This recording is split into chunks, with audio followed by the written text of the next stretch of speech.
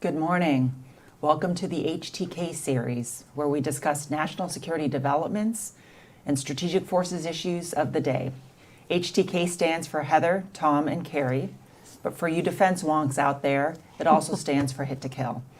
On September 3rd, China held its Victory Day parade to mark the 80th anniversary of China's victory over Japan. The parade not only marked this milestone, but also showcased China's military and nuclear capabilities for domestic and foreign audiences. All service members should faithfully perform their sacred duties, speed up the building of a world-class military, and firmly safeguard China's sovereignty, unity, and territorial integrity. The parade for the first time featured China's nuclear triad, including a new ICBM and long-range missile, as well as AI-powered drones and hypersonic missiles. Several foreign leaders attended the parade, notably Russian President Vladimir Putin, the Iranian President Pezeshkian, and North Korean leader Kim Jong-un. So what new capabilities were revealed? What do they mean for China's strategic forces and posture in the region? How should the United States respond to China's modernization efforts? I'm Kari Bingen, Director of the Aerospace Security Project here at CSIS. Here to unpack these questions, I'm joined today by Heather Williams, Director of the Project on Nuclear Issues, and Tom Karako, Director of the Missile Defense Project. We will ask audience questions as well, so please go ahead and submit those via the homepage.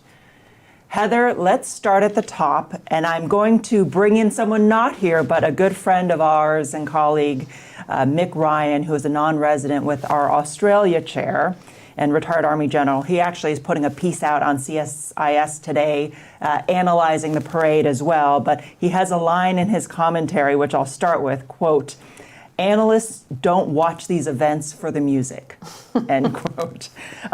But so let's jump in on that. As you analyze what you've seen in images, what you've read, what you've talked to other colleagues about, what were some of the big developments that you saw from this military parade? Were there any surprises, any omissions that might be noteworthy? And then if you can put that into a big picture context, what is the theme to the totality of those showcased weapons?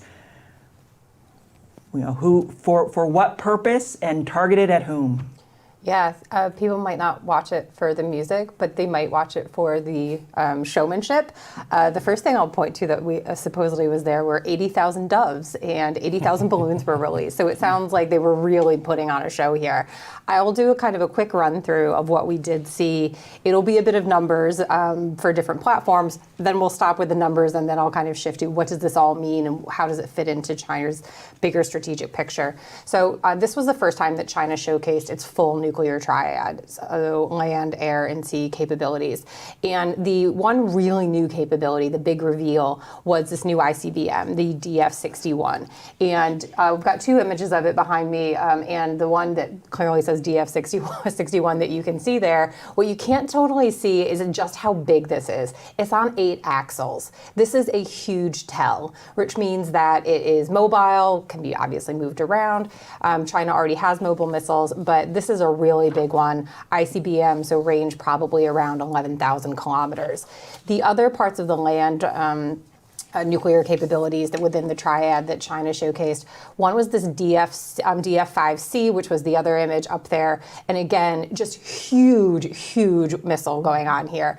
The DF-5 is an older ICBM that China had, but we believe that this is a new variant. It's MIRVed, some estimates say, and that means that it can carry multiple warheads that are independently retargetable upon reentry.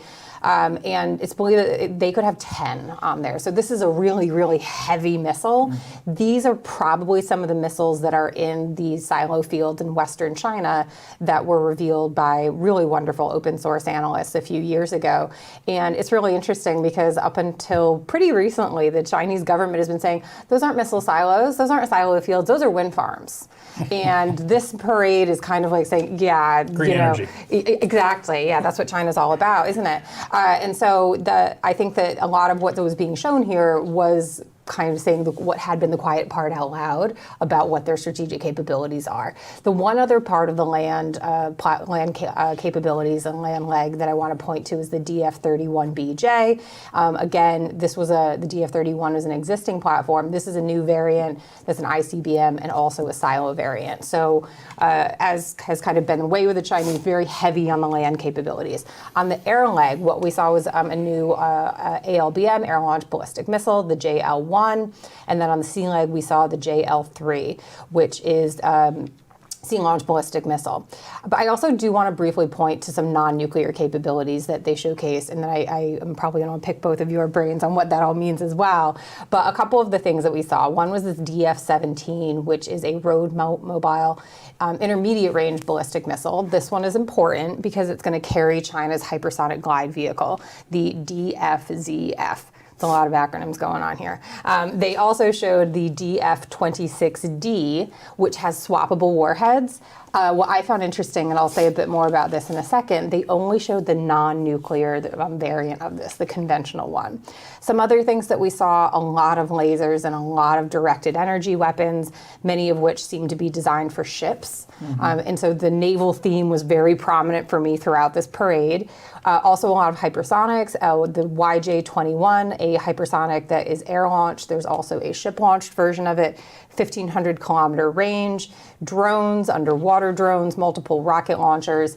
And so there was a lot that they were putting out there and putting on show, a lot of strategic capabilities in particular. I think it's really interesting what they didn't show, particularly on the nuclear side of things. So they didn't show the DF-27, which is a missile that supposedly was tested in 2023 and deployed in 2024. And so when I saw what they showcased, I was like, that was the one thing I was really looking for, and it wasn't there. And I was like, well, that's kind of curious what might be going on here. And so I think one possible explanation, that the pattern that I saw, they did not showcase any non-ICBM range systems. The only nuclear platforms they showcased have a range of around 10 to 11,000 kilometers, which is really important.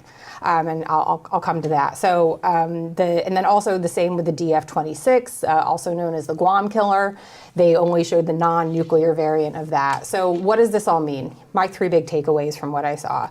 The first, it's a whole lot of nuclear platforms for only 600 warheads, which is what DoD estimates China's arsenal currently is at. They project that they could get to 1,000 by 2030.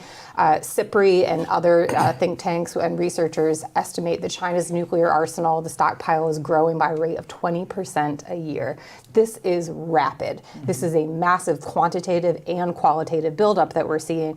But for that many platforms, I would think that China is just going to keep expanding. So the thing that I would say to watch in that sense is watch their fissile material production. They are going to have to start producing more plutonium to get those warheads. They're probably going to run out around 2030. So that for me, that's the big thing with China that I want to keep watching after this parade.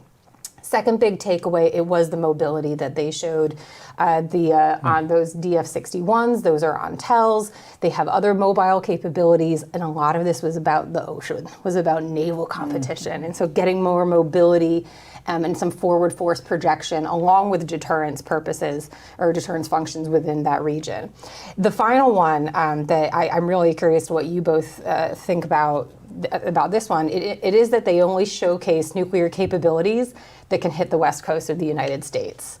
And so my take on that is that they are trying to say we stand by our no first use pledge. And we might have regional ambitions. Their capabilities suggest that they do have regional ambitions, but that they want to keep those conventional. And their nuclear arsenal is specifically being designed to deter the United States from getting involved in that conventional conflict if and when it comes. However, I'm curious what you think about that, Tom, and also just what you took away. And also, Kari, Yeah, I think that's a very interesting observation. And I think perhaps the nuclear for the United States and the non-nuclear for the region, I see that as playing into what I would call the 3 Ps that we saw on display here. Politics, propaganda, and pageantry. I mean, starting with Xi's Caesarean triumphant entrance in the limousine, to the Reservoir Dogs walk with all the world leaders kind of leading them behind in this triumphant, peaceful, again, pageantry kind of thing. It was very carefully choreographed, and if you listen to Xi's speech, which if I had a nickel for every time he said the phrase Japanese war of aggression, I mean, he laid on the "we're here for peace" thing with a trowel, laid it on very heavy, just in case anybody was going to miss it. And so what I see there is again on the geopolitical side, that we are holding the United States, the aggressor, way over there at bay, and that we're here to be the leader for the region. And I got to tell you, he wasn't there at the parade, but from India, Modi, glad handing with Xi a couple days ago. Boy, that was an interesting look. Yes, there was the four, axis of autocracy: Russia, China, Iran, and North Korea, all there, dutifully paying tribute. But to see Modi there, in the wake of the United States just slapping a 50% tariff on India, total own goal. Look, we just renamed one of our combatant commands to include India, to be Indo-PACOM as opposed to PACOM. So that's, I would say, very unfortunate. And then I do have to say, just staying on the political side, it was a little unfortunate and disappointing to see the Prime Minister of Slovakia there kind of, again, paying obeisance to at least to Putin, for instance, as a member of NATO, I'll say. And on a capability side, look, I always look for the conventional strike and the missile defense things first. You're right, they didn't want it to be lost on us that, hey, this is a DF-61, they paint it in big letters just for our benefit. A couple other things. You mentioned the DF-26, right? Why is that the Guam killer? Why is that so important? Kind of going along with the DF-21D, the carrier killer. It's because Guam is so important to U.S. operational plans in the region, and they want to tout that in a big way of holding that at risk. And there was a half dozen different types of low and upper tier air and missile defense capabilities. One of them that was put on display apparently for the first time was this HQ-29. We've heard about this in the People's Military Pilot People's Republic of China reports and the like that we've done in the show, for instance. But this is reportedly a very large, or a couple large, exo-atmospheric ballistic missile mid-course interceptors / potential ASAT capability. I do want to make the observation that if China can have a road mobile mid-course exo-atmospheric missile defense system, I'd kind of like to have one of those as well. That mobility thing is an important one. Sneaking Golden Dome. Transportable GBIs. I think they coming showcased back. something like half a dozen air and missile defense systems, both lower tier, upper tier, right? Exo-atmospheric intercept capabilities. Yeah, and in addition to those, they had these probably lower tier HPMs, high-powered microwaves, and lasers. And look, directed energy is useful for various domains, to hold at risk all kinds of different things, but they appeared to be pulling out some counter UAV kind of capabilities there. I'll just end with a fourth P, and this is a question mark: is how much of this is really real? How much of this is not just fielded, but has a high readiness level and all that sort of stuff, or is this a Potemkin parade?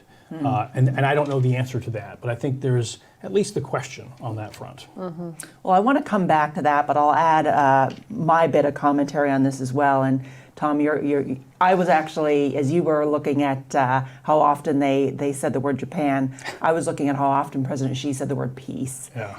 And I very much saw this event as China and their access partners here, their opportunity to reshape historical narratives as well as present day narratives. So this quote from Xi, we have a choice now of peace or war, dialogue or confrontation, and win-win outcomes or zero-sum games.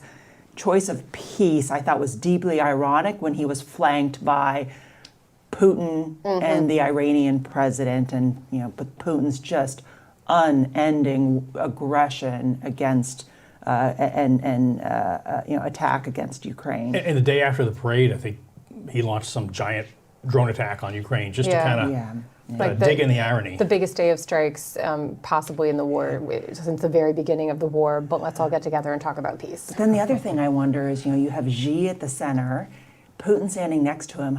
how is Putin thinking about this? I mean, this is clearly, was he looking at China's military force now with a bit of envy? I mean, this was a bit of, we're now the preeminent power in Russia, you're now the junior partner. So how did Putin react to that? Some of my big takeaways from all of the different systems and capabilities, Heather, you outlined, were one is this was very much messaging on U.S. counter-intervention capabilities. So anti-ship, hypersonic missiles, torpedoes, that extra large underwater drone, wingman drone. This is, U.S., we can reach you. We can reach you in Guam. We can reach you undersea. We can reach you from air to surface and hold you at bay.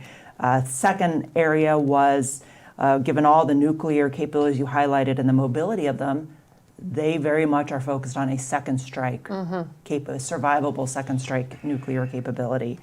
And then the third piece for me was the speed and scale of China's defense establishment and the variety of weapons that they showcased. I think, plenty of weapons, a big change from 10 years ago when they last did this kind of parade, but something like a dozen or so weapons were publicly debuted for the first time.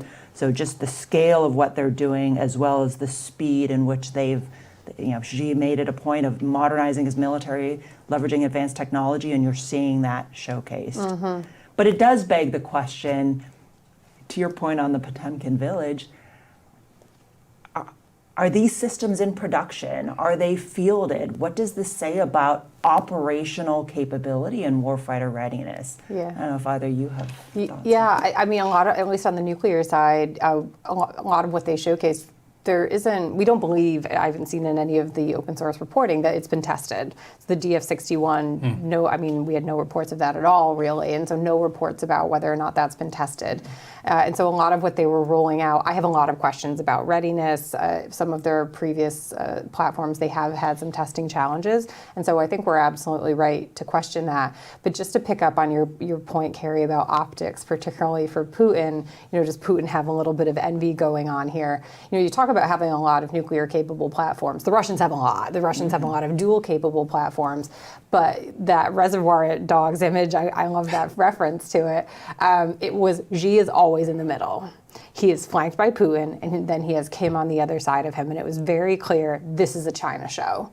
This is all about the Chinese Communist Party, their leadership amongst this axis of upheaval. One thing that did jump out at me was in a lot of the images I saw, maybe it was just coincidence, but the Iranian president was not as visible in all of them. And when we, sitting here in DC, talk about the axis of upheaval, it's usually those four, Russia, China, Iran, DPRK together. And Iran seems to be a little bit, was like the junior partner in all of this.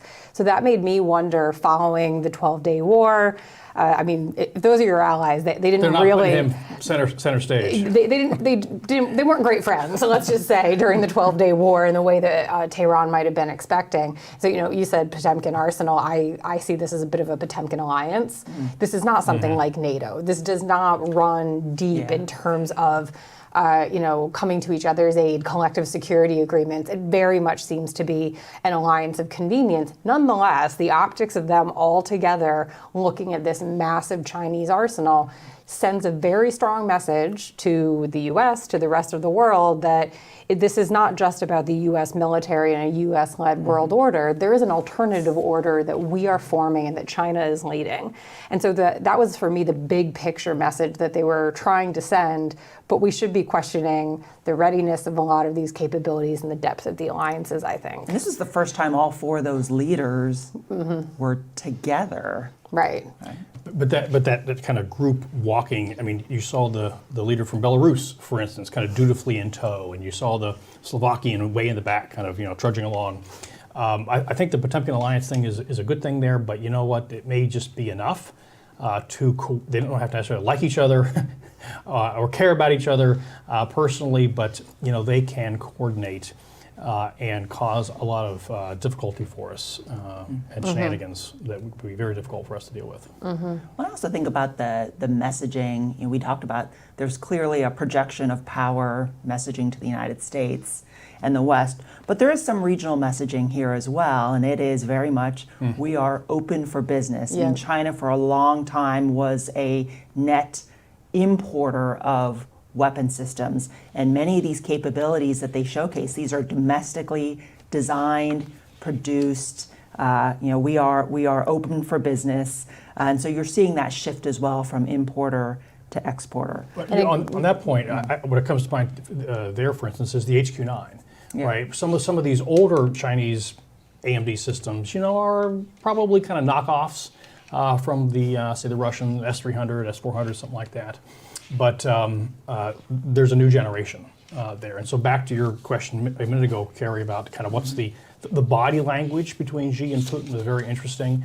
But the economic, the military export, all the energy trends are just so profound in the direction of China that Putin also looks like a bit of a junior partner there. Yeah. He has to be worrying about his Siberian border in the coming decades. The other audience that I just really quickly want to bring into this, because we talked about the U.S. as an audience, the region, potential buyers as an audience, I do also think there was obviously a domestic audience for this one. And they were trying to send this message, especially coming up to the anniversary of the founding of the party, continuing anniversaries of World War II, that they will want to keep pushing this message really hard.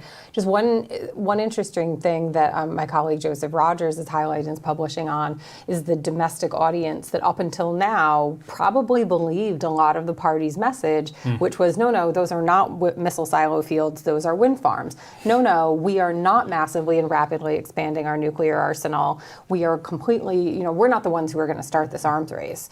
And for any of us who have been in diplomatic settings, multilateral diplomatic settings, we also hear those messages. And this really just took the lid off of all of that and just said, let's, as I said before, say the quiet part out loud. But this is going to be really important for the Chinese domestic audience. There are some really fantastic Chinese scholars on nuclear issues, some of them in China, some of them abroad. And now that these capabilities are fully out there and on show, I'm actually really hoping that inspires a bit more internal transparency in getting those Chinese experts to help us better understand what is the point of these capabilities? What is China's doctrine? Because thus far, in terms of its nuclear doctrine, China has just been completely opaque. They say our doctrine is no first use, next question. And, forgive me if I don't totally believe that no first use is your doctrine, and that there might be more to that. They refuse to engage in arms control dialogues. They refuse any transparency measures. And so now that this has been put out there, I hope that some domestic experts, I hope that the rest of the world, I hope the global South starts asking them some hard questions like, if you really have no first use, how can we verify that? How can we come see that? Why do you have this many ICBMs? Why do you need that many MIRVs on your ICBMs? And so the international community, particularly in multilateral diplomacy circles, really needs to be asking a lot of questions. That ties in well to a question from the audience. This is from a Japanese researcher who asks, from the observation of the lineup of all of these weapons in the parade, do you see any possibility of a change in the PLA's doctrine, particularly related to nuclear forces? I mean, for me, no, because it wasn't really clear what their doctrine was. No first use is, you can say that that's your doctrine, but when you are building an arsenal and you are demonstrating some regional and geostrategic ambitions that might rely on threats of first use, it really begs plausibility there. And so I take this as just yet more evidence that we need more transparency into what China's intentions are for its strategic arsenal. In the absence of that transparency, you really have to forgive the U.S. and its allies for assuming a worst case scenario, which would be intentions towards Taiwan, nefarious intentions towards U.S. allies in the region, and wanting to threaten the United States with nuclear weapons in the event of a regional conflict. And so if China continues to be opaque and to refuse to engage in any sort of dialogue on this, then that, as I said, I think it is reasonable for the U.S. and other countries and allies to have to assume the worst. So I would say in terms of In terms of, I think that's exactly right. Again, in terms of the messaging about the nuclear force, it would appear to be, look, we're trying to make the world safe for a conventional war that we can fight and win, that China can fight and win. Number one, that's why, for instance, I paid attention to the anti-ship missiles, so conspicuously on display to hold U.S. military and allied military maritime capability at risk. And I'll go back to your comment about the audiences. First of all, on the domestic audience side, I guess I'm a little less sanguine in the sense that, when I see thousands of folks dressed in white clapping in this meticulously choreographed way, had very North Korean vibes on that front. And I guess I can't help but think that they're pretty good at, with some notable exceptions, pretty good at population control and pushing people down. And so, yes, there may be some glimmers of insight of what they're really up to, but I think they've done a pretty good job of the propaganda piece of this. And then on the international side, what this makes me think about is when China hosted the Olympics, and they put out tons of money into the pageantry of hosting the Olympics, and one of the results of that was more foreign investment in China after that. Like, wow, this is important. This is a growth area. So it's going to be interesting how this is perceived on the outside. So there's another question that came in, and I'll frame it here by saying, we are less than 2 years away from 2027. So China is showing us that they are on track from a military readiness perspective, right? Xi charged that his military forces should be ready or prepared come 2027. So the question here is, if the PLA's new and existing anti-ship, anti-air, and maritime capabilities, do we see these eroding the U.S.'s qualitative edge in these domains? And what will this mean for U.S. regional deterrence and escalation strategies? So now let's talk about the security implications for our capabilities, our posture, our investments. I guess my reaction is kind of like Heather's a minute ago, which is there's pictures here that we may not have seen before, but we kind of knew a lot of all of this was already kind of in development or already kind of there. Again, back to the previous reports put out by DoD and other folks. So not a lot of big surprises. It's just new pictures that kind of go along with it. And so not necessarily in itself a change of either doctrine or, oops, they've got some new thing we didn't anticipate, as much as it is kind of a ratification. Yet, just in case you weren't paying attention for the past 5 years, just another ratification of where they're going in terms of this stuff and just how much of a challenge it is on the conventional deterrent side, and how important it is for the United States with our allies to continue pushing on the conventional blunting deterrence capability in terms of shipbuilding, right? And it's great to see that the Department of Defense is pushing after an approach to submarines, for instance, on that front. But we need lots of Mark 41 equipped vessels all over the Pacific, ourselves, the Japanese, the Australians, and yes, also the Koreans. And then likewise, lots and lots of conventional fires.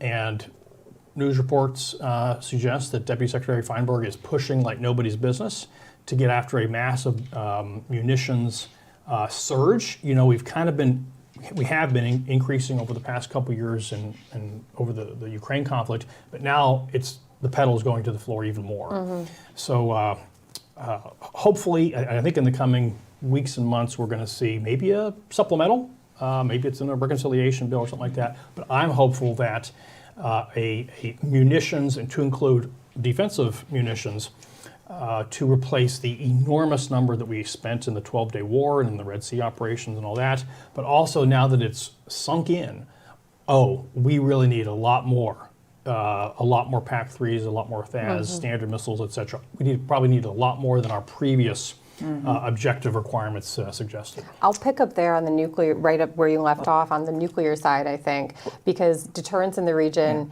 its capabilities, and obviously I have my wish list of regional capabilities, but also on the credibility side of things. I think we have to have that conversation as well. But on the capability side, this is, all, to me, this demonstrates all the more the case for regional things like SLICAMEN, which I'm still waiting for the. Oh, are you for SLICAMEN, Heather? I wasn't sure. Okay. Yeah, I know. Like every episode, I'm like, how about SLICAMEN? But also, We're still waiting for that EO, right? I still am waiting for that EO. I think I might be waiting for a while. But also things like nuclear standoff capabilities, because the difference, obviously, in the Indo-Pacific and our Indo-Pacific alliances from Europe is in Europe there are forward deployed U.S. nuclear weapons, and there is a NATO nuclear mission to accompany that. And in the Indo-Pacific region, we don't have that. And so I think that having some sort of nuclear assurances in that region are just going to be really important. But on the credibility side of things, you need the political commitment to go along with those capabilities. And so things like, continuing to participate in dialogues with the Japanese and South Koreans, things like AUKUS, those are really important signals to say, even if we do have these additional capabilities, there's a political commitment that comes along with them, and that is what should really not only deter the Chinese from causing mischief in the region, particularly with our allies, but also reassure those allies as well. Well, and that's a great way to end this segment here, because I want to pick up on those regional cooperation paradigms. I had the great opportunity to travel to Japan last weekend and participate in the Pacific Future Forum. This was a forum discussing security, economic trade issues, hosted by the UK government aboard their beautiful aircraft carrier, the HMS Prince of Wales. And for me, it was another reminder of just the stark contrast in alliances. You have this access of convenience or upheaval.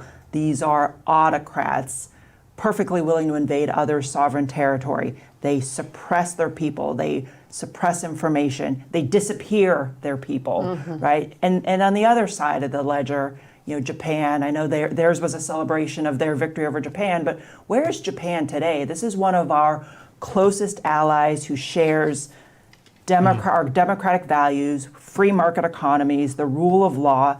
And this conference over the weekend with the Brits, the Japanese, us, other regional partners, we were discussing just how intertwined our security and economic interests are in the Indo-Pacific, in the transatlantic, how we deepen military cooperation, not just through parades, but really at a system, data, interoperable level. How do we bring our industrial bases closer together in partnership? So things like AUKUS is a great example of that. How do we better exercise together, but really at that interoperable level, not just in showy parades? And for me, that's really the measure of alliances, and then the combinatorial capability that we bring as partners.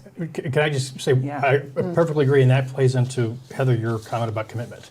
And I'm going to perhaps end on a slightly less optimistic note, which is that we've got lots of our capability. American hardware has been proven to the hilt in various conflicts. People understand its capabilities, but there's questions about capability. What comes to mind here is, how many rolling 2-week windows are we going to give Putin in Ukraine? We keep hearing about the White House being disappointed about Putin, not meeting with Zelensky, not